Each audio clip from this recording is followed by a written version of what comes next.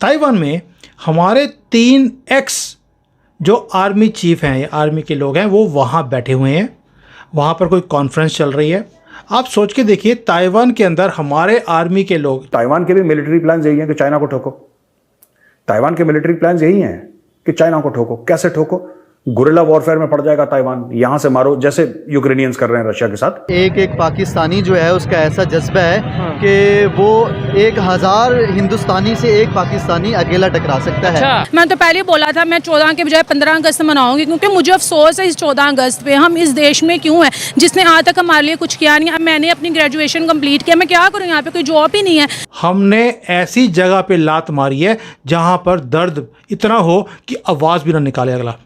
इसको बोलते हैं पावर, और ये मोदी जी करते हैं। ये आप इमेजिन करें कि चाइना के साथ हालात ऑलरेडी ख़राब हैं, वॉर गेम्स जो हैं वो शुरू हैं। तो आपने बोला एक पाकिस्तानी 1000 हिंदुस्तानियों के बराबर है या इससे ज़्यादा है। 4 जंगें हुई हैं जिसके अंदर कितनी हम जीते कितनी हारे आपको पता है। चाइना ने अपने जो सेंट्रल बैंक है उससे एक बहुत बड़ी इन्वेस्टमेंट फंड खड़ा किया है, जहां पर वो अपनी चाइनीज़ कंपनीज को बोल रहे हैं कि भारत एक गोल्डन एरा की तरफ जा रहा है।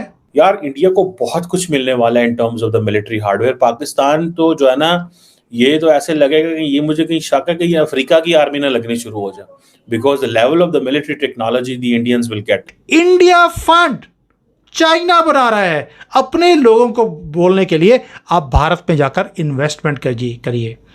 दोस्तों, जिस दिन दुश्मन कंट्री ऐसे स्टेप्स ले, उसका मतलब है आपका भविष्य सिक्योर है।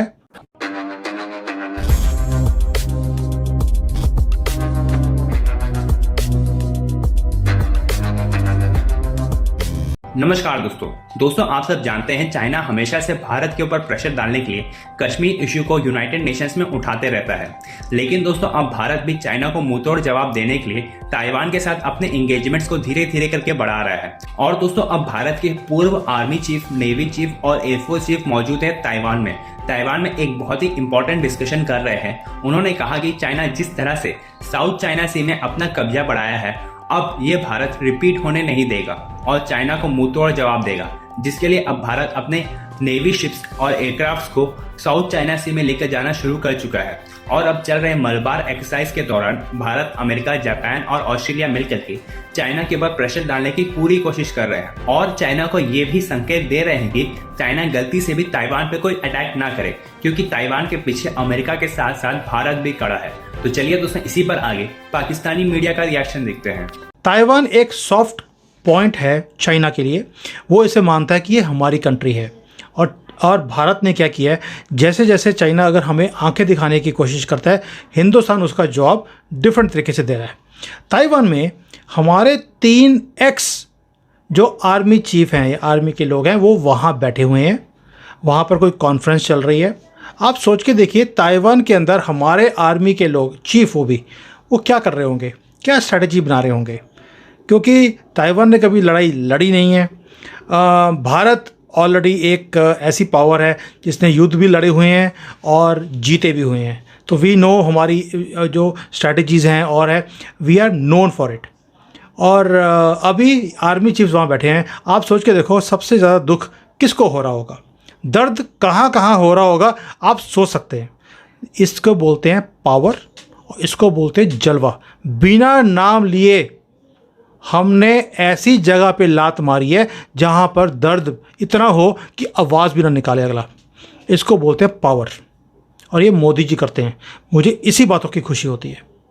उसके ऊपर जयशंकर जी का स्टेटमेंट आ गया कि जी हमारी जो यूनाइटेड नेशंस के अंदर परमानेंट सीट है, उसके हम दावेदार हैं, सारा वर्ल्ड हमारे साथ है। सिर्फ एक चाइना है जो अपनी वीटो पावर को यूज़ करके हमें परमानेंट सीट के ऊपर नहीं आने देना चाहता। क्यों? चाइना को लगता है कि भारत अगर यूनाइटेड नेशंस के अंदर भी पैरेलल आके बैठ गया तो दर्जा भारत का और चाइना का बराबर आ जाएगा। वो ये नहीं चाहता। सो इसलिए वो हमारी पोजीशन को ब्लॉक करता बार बार। थोड़ा सा पाकिस्तान के साथ प्यार भी बहुत ज़्यादा उनका, तो पाकिस्तान भी चाहता नहीं है, वो भी जाके चूं चूं करता है कि भैया इनको इस स्टेज पे मत लेके आना, अदरवाइज़ हम अपने कंट्री में मुंह दिखाने के लायक नहीं रहेंगे। वैसे भी वो मुंह दिखाने लायक तो है ही नहीं पाकिस्तानी अपने लोगों के सामने, बट फिर भी एक होता ही है कि देखिए जी, वो भी एक नॉर्मल कंट्री, हम भी हैं। अगर हम यूनाइटेड नेशंस के उसके ऊपर आ गए, परमानेंट सीट पर आ गए, पाकिस्तान वालों का क्या होगा आप सोच के देखिए।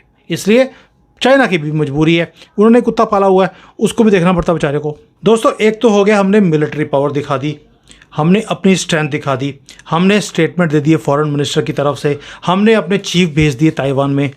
अब ये तो हो गया मिलिट्री पावर। अब मैं आपको बताता हूँ अपनी इकोनॉमिक पावर। जो हमारी इलेक्ट्रॉनिक्स की इंडस्ट्री ज़ीरो थी, 99.9% मोबाइल और जो सारे इलेक्ट्रॉनिक आइटम्स हैं ये हम चाइना से इंपोर्ट करते थे पप्पू जी के टाइम पर। लेकिन मोदी जी ने आकर इसको रिवर्स करना शुरू किया और 2016-17 तक हमारी ये इंडस्ट्री खड़ी होनी शुरू हो गई थी। हमको 3, 3.5, पौने 4 लाख करोड़ के एक्सपोर्ट या मैन्युफैक्चरिंग करते थे।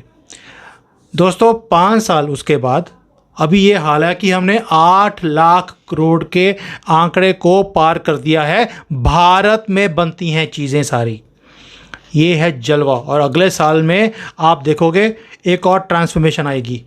जैसे ही हमने इंपोर्ट्स को बंद किया कि भी चाइना के रास्ते, विंडो और दरवाजे बंद, कोई भी इलेक्ट्रॉनिक चीज़ें वहाँ से नहीं आएंगी, उसके अगले दिन 44 कंपनीज ऐसी हैं जिन्होंने रजिस्टर कर दिया कि भाई हम भारत में ही पार्ट्स भी बनाएंगे और ये सारे इलेक्ट्रॉनिक्स की चीज़ें भी भारत में बनाएंगे, हमें इसके ऊपर रजिस्टर किया जाए।